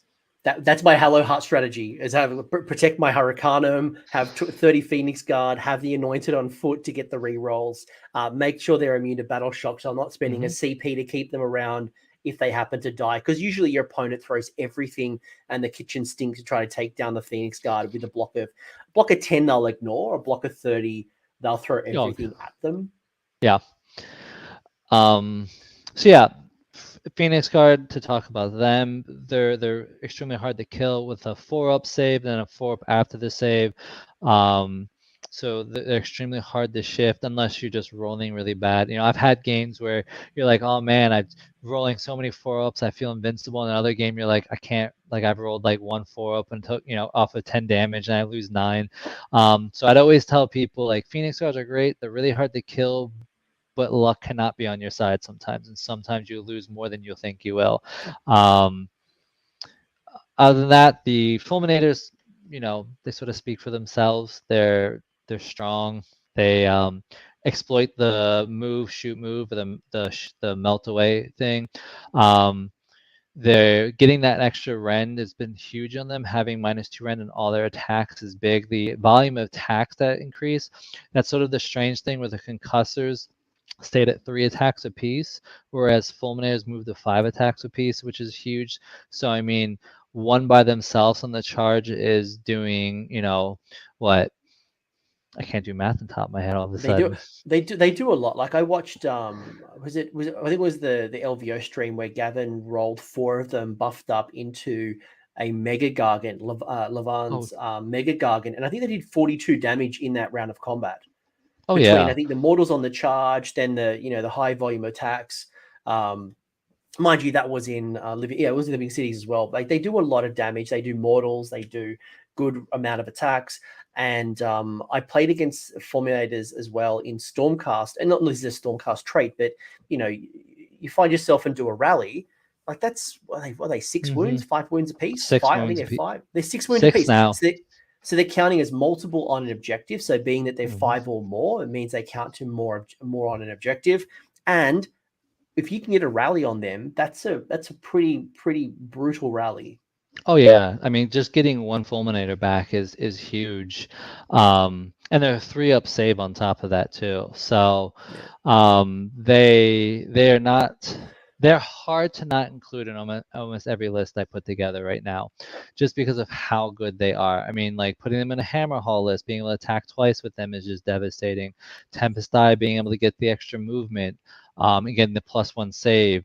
Living Cities, being able to ambush off the side, shoot, and then move. But even then, not even just ambushing, you can keep them back on your side of the field, and then you still got a 20-inch movement with them with your move, shoot, move. So you can really use them to get places you need to and really target those key pieces. So if someone has like an Arcane on the board and they don't protect Arcane, they can take him down pretty easily. They put that really scary shooting unit, then you have the movement to get to it if you can get around their screens. Another good thing to think of Glory and Tempest Eye. That's another brutal, like getting +1 attack. It's like they're already brutal enough. Because I'm sure it's funny. I don't know if Gavin did it because of me, because I played Gavin in the U.S. Open, and I played a Hammer Hall list where I was using the oh my god, Prime time. The Prime. Yeah, because I was letting and I had 20 crossbowmen, and I basically used them to shoot screens. So I was basically just taking out screens with them, which are then opening up charges. And so it's another thing you could do crossbowmen with your an option for this with your fulminators. You can then drop fulminate or crossbowmen, or even not even drop them with 24-inch range, and then shoot out screens and basically put a volume of 40, 60 attacks with most screens don't have a great save, in which case you probably take a good chunk of those out, and then fulminators can follow behind that and hit those good targets that you want to hit. Well, I was listening to Harambe's Heroes, which is the podcast that the Midwest have, and Gavin was obviously talking about his run to the LVO win. And one of the things he was mentioning was the crossbowmen were so important to his strategy. Like they were really he called them the MVP. And the reason, because you can't rely purely on mortals, because, and I've had this discussion in Discord for a while now. I've been talking to a few people, and I've been talking about the fact that I can feel that we're on the verge of a horde meta returning, because right now it's elite bodies, hero sniping. It's very tough right now. Not a lot of screens out there. And, you throw down a Gitz or a Skaven or a Beast of Chaos with lots of bodies and lots of chaff, and even if they're not blocks of 60, but they're more about just like multiple layers of 10s and 20s, you really chaff up the board. And if Lumineth Sentinel shoot off my 5-wound hero, okay, cool. Well, guess what? I've still got 120 Gits running around the table on an objective. Who cares? Like, I don't care about bow snakes shooting me off and double shooting. Cool. I still have 120 grots on the table. And you saw that with the zombie list as well, 120 zombies.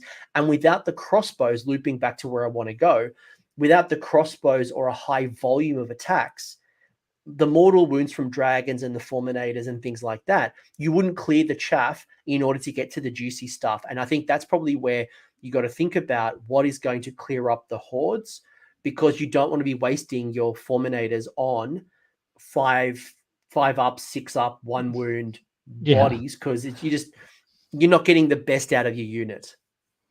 Yeah, no, exactly. I mean, those are the things your opponent wants you to charge. Those are the things they want them to run into. So if you can clear those things out of the way with some volume of attacks, that leaves you open to charge with your fulminators.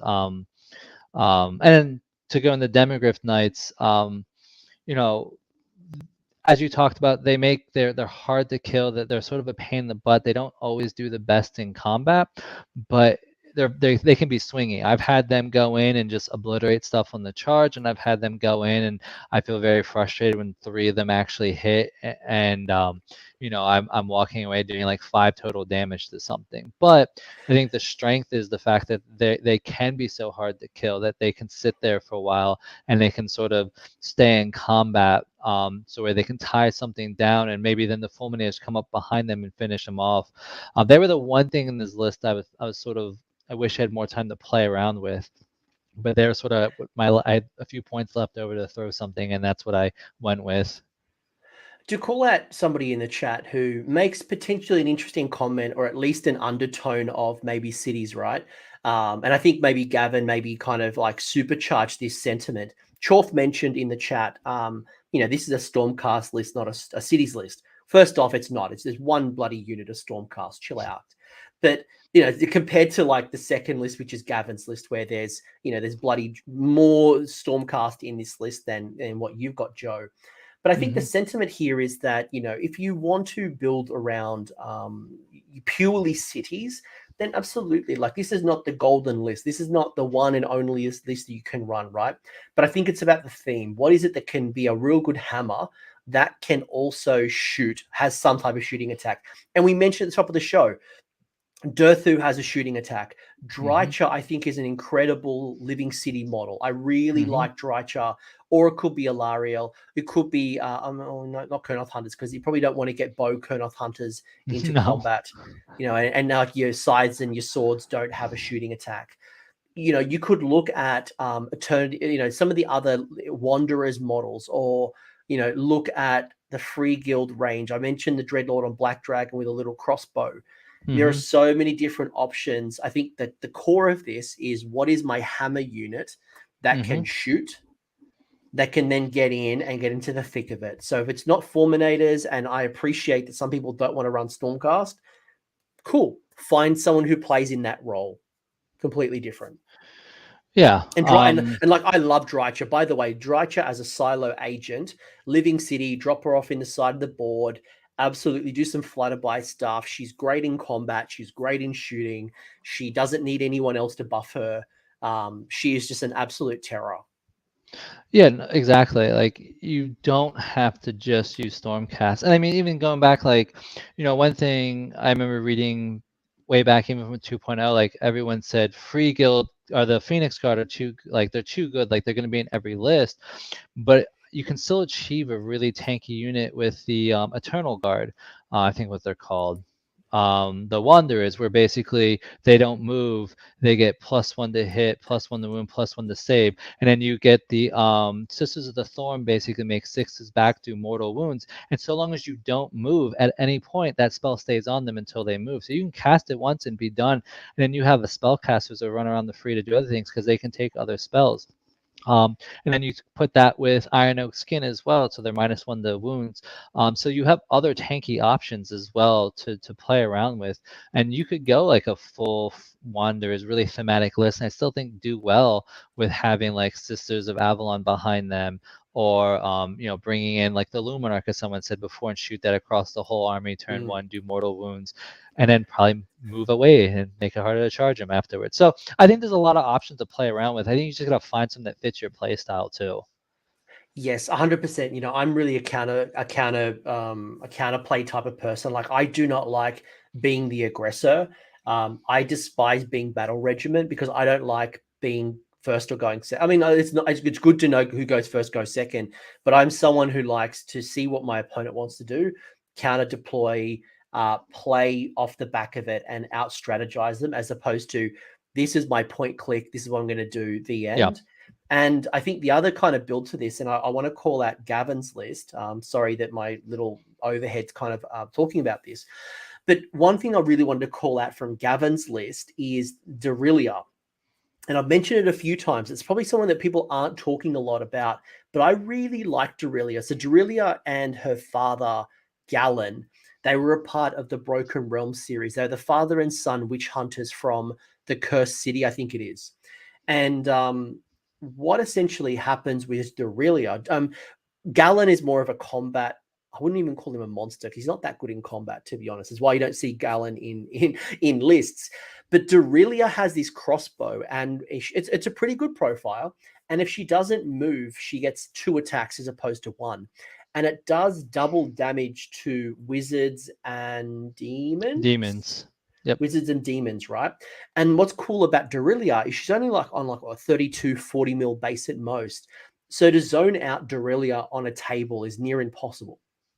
And it means that you can just snipe. You come up against a greater demon, you got that change host, or you got, the Lord of Change, boom, you're going to pop it like a tot. There's some type of support hero, get 2 attacks, really good profile. You can one shot or at least significantly damage. And there's a lot of wizard heroes, monsters, and demons out there at the moment. So plays really well to the meta. Jonathan's telling me it's a 28 mil base. Even if it's a 32 mil base, you can pick literally anywhere on the board and put Derelia where you want her. Again, so long as you're inside of 6 inches. So I really like the Derelia edition, and for 115 points, she'll be a minor, a sub commander. She'll fit into list pretty easily, and you don't need to support her. Nope, and I think with her 24-inch range, I think she hits on 3s, wounds on 2 with -2 rend, and then she has a 4-up ward as well. So which case, she's not going to survive being targeted, but she's also not going to, it's going to take a little bit to take her down too. So and do you bother like attacking her when you got, again, so many other things running around? No, I guess my thought was like you just don't throw like that 10-man units you have in the back, or like you'd still be scared of like, they might kill her. Whereas with a 4-up ward, she should be able to survive taking on like at that unit turn around and charge her. She can live through that fight. Yeah, I think I think it's a 5-up ward. I'm being clarified that it could be a 5-up ward. But 4-up, 5-up still is 5 wounds, 5-up ward. Still pretty tasty. Pop her in cover as well. You could always deploy her in cover for +1 save. So, but yeah, so she's a really good option. I've noticed, and I've been playing around with her a bit in a few lists, at least proxying her and giving her a try before I go ahead and buy the model. But I think she has a lot of potential to be used in more lists. And at like 115 points, it's a really easy choice when you're like, I have enough wizards, like, I can't get any other buffs. Let me throw her in for that extra damage. And she could also be one of your 2 units that needs to be in your opponent's backfield to score Savage Spearhead. So, that's 1 and 2. Then all you got to have is a Shadow Warrior, Canary, Tree Revs, whatever it might be. And boom, you've scored your battle tactic. Yep, easily. Jerome's asking what about the Gargant that Order can take? So that would be the Kraken Eater you've got access to, which is cool mercenary, but it won't gain the Living Cities keyword. So you wouldn't be able to take advantage of the move and shoot. The Kraken Eater isn't a damage dealer. It's more of a utility piece, while your Gatebreaker, which is the one that you can't get, would be much more beneficial. But again, you don't get the keyword. Any thoughts on the megas in? It's a big allocation. Like, Yeah, I think point wise, it's a lot of points for something else that I can take for that many points. I think could do more. It'd be interesting to play around with. I don't know how it would fit into the meta, but I think the biggest downside is just not being able to get things like whatever cities, artifacts or command traits or their bonuses. Not having those things which would make it really hard. But it's still, it could be a very nice like distraction piece that you go play on the side with. I could see it being used that way. But if it got all the city stuff, then I'm sure there'd be a lot of plays with it. But without it, it sort of suffers from a lot of the ally issues. you're getting like a meat. You're getting a piece of meat. Like you're getting 35 wounds that are sitting on an objective, but you're not getting the synergies that you probably need. The best I think you can give him is +2 to charge from a Gur battle mage. I'd have to sit there and really dig through the book to see if there's any that just say friendly. But Kraken Eaters don't do much damage. Yeah. They are just they're underwhelming in damage. So I wouldn't even bother. One thing, like I think this ties nicely to a couple of wrap up question I had for you, and battle tactics was one, and Cameron even mentions a really good comment. A shadow warriors and then having an assassin in them. Boom, there's your battle tactic. There's Savage Spearhead done. There's another great. And what I love about assassins is unlike, because I play Gloomspite Gits, people on the channel know this, with my fanatics, when they hide in a unit, I've got to write down and declare where my fanatics go. So if a unit gets destroyed and the fanatics were in there, I had like Scarbrand kill 54 goblins in one round of combat once. And my fanatics were hiding in there, right? So I almost lost my unit of fanatics. Thankfully, I had, inspiring presence for them. Yeah. But with assassins, you don't have to declare where they are. They just pop up as long as there's 5 models in the unit. So that could be another great example where you pop in the Phoenix, if you need them in the Phoenix Guard, boom, you could counter, you could potentially deny an objective claim or a pile-in piece or, a battle tactic. But do you have any favorite battle tactics that work well with your type of style? Because you are definitely high movement. Definitely the things like getting to in your opponent's territory really work well. Conquest works well if they leave something undefended with all the movement. The claim to holding that within your territory is usually pretty easy since most objectives don't ever really start holding your territory. I find those ones are pretty easy to get. With the high damage, it's also usually with the fulminators, it's usually easy to plan out how to do like bring it down or kill a battle line. I actually find myself not doing the run 3 a lot just because it's like if I do it turn 1, that's about the only time I really have time to do that one. Because I generally have a high enough movement where it's hard. Like by the time I get to round 2 or 3, if I haven't done that, I'm already stuck in combat, and it's hard to really do that unless it's like turn 5 and I still have enough things on the board to do it. That one I find tend to be harder in this list than other lists. It's usually not even a decision for most people turn 1. Like that one, I generally have a harder time doing. So yeah, I played. I don't know if you played around with this. I tried some of the new White Dwarf ones, and I put some flagellants in my list to try to score them, and it's near impossible. Like I'm like, why am I doing this? Like I wanted to try it because I think you've got you've got to have 2 flagellant units outside an objective and then get within an objective. No, that's the banner one. There's a free guild one where your banner's got to be near the objective. There's a flagellant one where I had to be on the other side. I tried it. I'm like, no, this is trash. I'm not focusing on flagellants until you give me back my War Altar of Sigmar. Yeah. Devon. I just need to call out Devon. You're a jerk.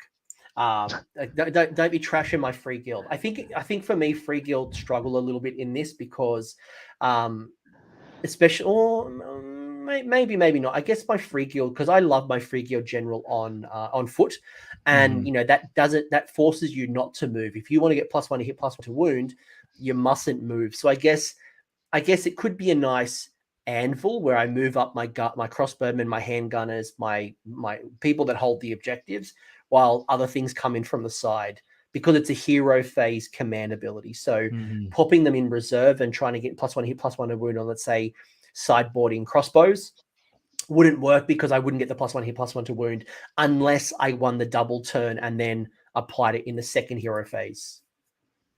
Yeah, it sounds like you're just playing for the double at that point.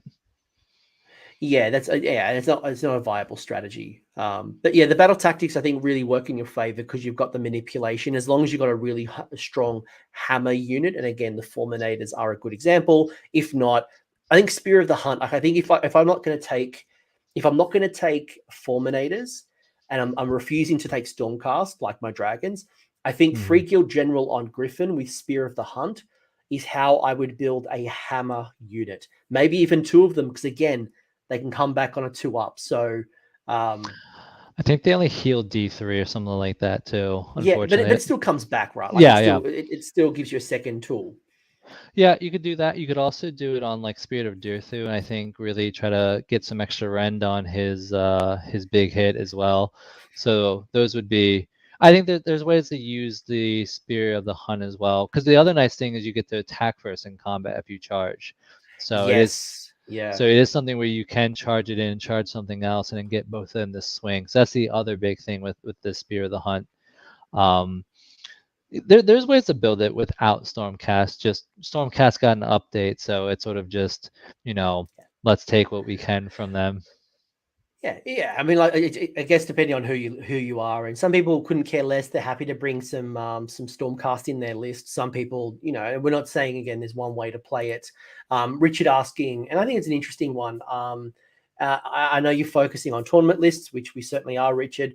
But do you think Living City would fare in a larger game where you're coming from an alternative edge is not all available? So if you ever played like a 4K or a 5K game, I think my feedback here, and I have played some pretty large games like 5K games, because you don't play on a traditional table, you play on multiple tables. You certainly have a bigger table than what you're currently playing on. So you should probably find yourself with space still. It might be a little bit harder. You might need to be a bit more situational, but I don't think Living City loses a lot if you go into like a 4 or 5K game, so long as your table size also increases to like an apocalypse style. If you played on like a 6x4 or like a 60x44, then yeah, you're not bringing anything on reserve. It's just too small for too many models. Yeah, that is a lot of models for that small table. Again, remember too, it isn't just about the reserve; it's the move and shoot stuff too. So if you're playing on a bigger table, you still have those options to move whatever you need to and stuff like that. So most people just bring more hero monsters. Like when you got more points, you're just like, cool, I'm going to do minimum battle line. I just want all the hero monsters. I'm going to bring everything I can. I'm not going to chaff up the board. And look, no. Jonathan, you make a good comment. The Knight Judicator as well. You could do some, interesting. There's so many options you could do. Prosecutors have a shooting attack as well, which is great. They can charge 3d6 as well, which I think is a nice little option if you want to have like Fulminators coming from the side and you want to charge with something extra. I think the prosecutors are a sleeper unit. But maybe my last question for you, Joe, really conscious of your time, is there any armies that you struggle with from a Living Cities perspective, and whether it's your specific list or just in general with the this type of army? Imagine hordes make things a little bit harder, but what are the armies that you avoid, or you don't as easy? Something with large amounts of screens. So I think like the Soul Blights that utilize a lot of zombies to strain things out would be hard, just because they have such a large footprint. It would be hard to, it's hard for them to exploit their movement when they're getting 6-inch pylons, and they can take up such of the board place. Like one of the players I play against a lot, who's another one of the top players, Drew, he uses Undead really well. He uses Soul Blight really well. Our games are always really close, and I tested out my list against him, and I ended up losing against him because of the fact that he played very smart. Like, he brought dogs in, and then actually was able to screen out my Fulminators from the back, so I couldn't like move, shoot, and move. So a lot of screens make it hard. Other armies on top of that, I don't know. I think it's just mostly Would you things with say a lot of. anything with like pre-game moving, or like is it 6-inch pile-in and pre-game moves, or is it more specific to like hordes? Because there's things like the is it the Untamed Beasts from they can do like a free move. You've got Sisters of Slaughter and other units that can do 6-inch pile-in. Is it the Reapers of Vengeance? Not Reapers of Vengeance. The one of the Khorne Bloodthirster who's going to do a 6-inch pile-in. So is it that type of thing, or is it more the bodies on the table that can block off where you want to go? I think it's mostly the bodies that can block off where I want to go, because I don't have the amount of bodies outside of the Phoenix Guard to really go control objectives. So if you can block me out from taking the objectives or where I need to go, and I'm just stuck chewing through, hordes of stuff that don't really matter, then, I'm going to hit a 30 block of zombies. I'll get rid of them, but then I'll be I'll get charged by 20, Graveguard with great swords behind that. And, I'm not going to survive that even with good saves. Or, they're getting a zombie dragon is countercharging my Demogryph Knights, and then they're not going to survive through a zombie dragon with a vampire lord. So it's really just, if you have the bodies to zone me out and not allow me to go where I need to, then I'm gonna struggle. Yeah, no, I can see that. And look, the good news is right now the horde meta is at an all-time low. Definitely not nearly as many Skaven or Gits or Beasts of Chaos or big blocks of Free Guild Guard or zombies. They're not seeing a lot of zombie and skeleton type builds. Definitely more towards the Grave Guard. But something to keep in mind if you see the meta starting to shift is what is going to clear your hordes, and overdoing it in mortal wounds is probably the risk that you play, because when you come up against again those big hordes, mortal wounds mean nothing and you're not doing enough damage, especially when zombies come back on, what is it, a 2-up, and then they come back again. So all Gits come back, half the unit comes back from the Loon Shrine. So you just don't have enough damage. So, and Jerome, I agree with you. He's, Horde meta is coming back. I think we're on the cusp of, once there's some shifts in the unit coherency, or Skaven get a new book and there's a new allegiance that's a bit more flexible with it, I can see the Horde meta starting to come back a little bit. Not what we had in second edition, but I think we're probably not too far away from that hitting the tournament scene. Hordes and Marauders, yeah, maybe. I think Marauders suffer from, are they on 32s? No, they're on 25s. Mm-hmm. And the last question I've got for you, and I'd be remiss if it wasn't actually from Mitchum, has said, have you won a tournament with every city's list yet? Not quite. I've won with Hammerhall, Living Cities, Tempest Eye, Hollow Heart. The one I always forget now. Anvilgard? Anvilgard, yeah. Yeah, because it's now Harkuron. It doesn't matter. Anvilgard's dead. Long live Harkuron and Marathi. I did a very mean thing with Vitriolic Spray and Archeon. Killed him with 20 Dark Shards. Ooh. No save. Yeah.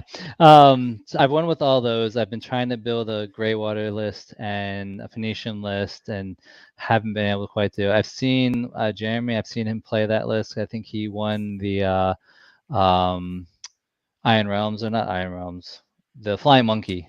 Yes, Flying Monkey Con. Yeah. I saw him. I was watching him play that there. So he's found a way to make it work. And well, you might want to speak to Jonathan here. He's in my Discord, but I think he's 4-1 at a tournament. He's playing like an online TTS 100-player tournament from memory. He's like 4-1 with Greywater. So nice. There's some sauce in there. I still believe to this day that Tempest Eye is superior than Greywater. There's very little benefit. Oh yes. But Jonathan's in my ear telling me otherwise. But yes, to Devon's point as well, we do have now Settler's Gain, which came from Broken Realms Techless. You've got Misthaven, which came from Broken Realms Marathi, as well as obviously Harkuron. Excelsius is one that I was starting to play around with a little bit to see if there was anything in Excelsius. And I think at the moment, the answer is no. I don't think there's nearly enough for me to give up one of my core cities. No, I agree. It's something I've kept trying to play around with, but I could never find anything. Settlers Gain, I think, has a lot to play with. I'm still trying to think of something that isn't just Sentinels. I think you have some play with the big mountain guys with giving -1 to hit. I think you can do some really good tanky builds with that. So I've been trying to figure out something for them, but I still haven't found something that satisfies me. And I sort of get to this problem where I'm just including, Fulminators and Phoenix Guard. I get tired of. I feel like my lists are the same regardless of the city, so that I tend to then move away from that. I think Settlers Game was more interesting to me when they had the battalion, and I could do some nice little combinations with the Hurricanum, Luminarch, and Battle Mages, along with like Techless. But when they lost that battle, the battalion to now be a narrative battalion, I lost interest in Settlers Game. But there's still some good stuff. You want to go Sentinels, you want to get Law Masters, you want to get something, I don't know, Kangaroo Riders. But that's just, that's not certainly for me. But I think it's cool. We got a lot of great options, and I think ultimately Cities has some really good flex right now. But again, my warning to you all and I'm not trying to tell you that I know something and it's coming soon, but I think it's the risk that when you start playing with coalition units, especially Stormcast, you just got to look over the fence at Chaos to see what they've done there. And you look at Nurgle and they don't, any of the Slaves to Darkness units don't get, or even like Clans Pestilence, they don't get to do Allegiance stuff like disease tokens and all of that stuff. So should they tighten that up? And I feel, again, it's a matter of when, not if, that that might change the value. So don't over invest and buy yourself a Krondus purely for that one reason. But it's a bloody cool model. Yeah, buy it to paint it because it's pretty awesome. Yeah. And if that happens, just go all dwarf. Oh, you said all dwarf or Altdorf? Because Altdorf is the superior empire city. No, all dwarves, all hammers, iron drakes. If you lose Stormcast, just get all the long beards. Or you just do like I did and just go commit 100% to Stormcast, which is what I'm doing. Which is now what I'm doing for General's Handbook 22. So I've moved over the fence to do Stormcast. But Joe, this is awesome. As people know, I could talk Cities till the cows come home, and literally 24 hours from now, I'll be talking to Jeremy with the Phoenician, who went 5-0 as well. So he went 5-0 at LVO with a Phoenician 0.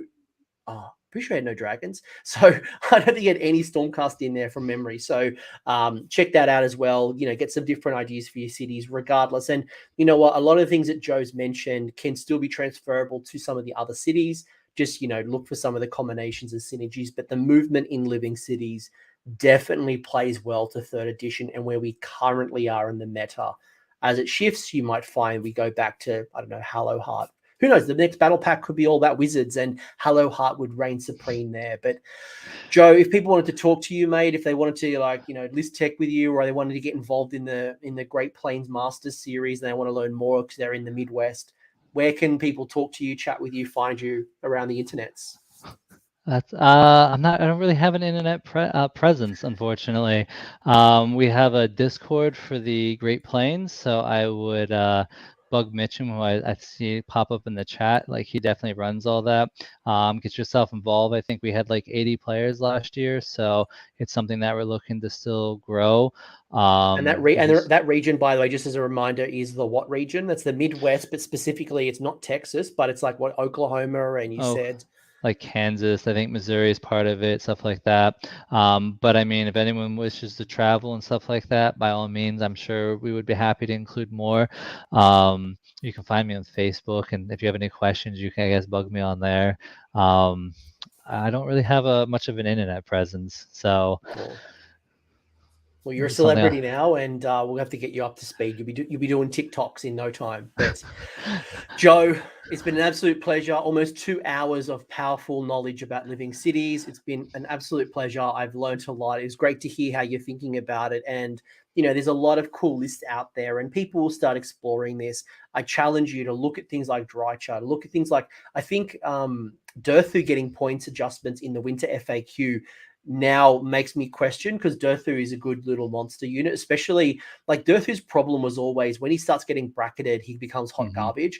But with the metamorphosis that you can find at the top of your bracket, all of a sudden that does become really powerful. And Durthu has like an attack that can like instantly slay models. So I think Durthu's a viable consideration. As I mentioned Drychar, I mentioned the Warsong Revenant, and who knows if Sylvaneth get a new box, a new battle tome in the mystery, then this could be a whole different conversation for Living Cities. Yep. Yeah, you can definitely pull whenever other order armies get updates, we get updates too. Yeah, Devin, it's the command ability for playing in Gur. It might not be Metamorphosis, whatever. Metamorphosis turns you into a monster. It's whatever the command ability is that allows you to fight at the top of your bracket, whatever it's called. But you kind of know what it's at. But if people want to know more about the server, you can message me on my Discord and I can link you. I'm not going to put it in the chat because bots will attack you and I don't want the bots to come for you. But Joe, thank you for your time. It's been great. I'm going to go get myself a drink and probably walk the dog. But you all know what to do here, Joe. You're an absolute legend. And like, subscribe, all that good stuff. Thank you for having me. Thanks, folks. Thanks for sticking around until the end. I hope you found that video interesting and you walked away with a few new ideas. If you did, I would appreciate it if you hit like on the video, as well as left me a comment. Let me know what your thoughts are in the comment section below.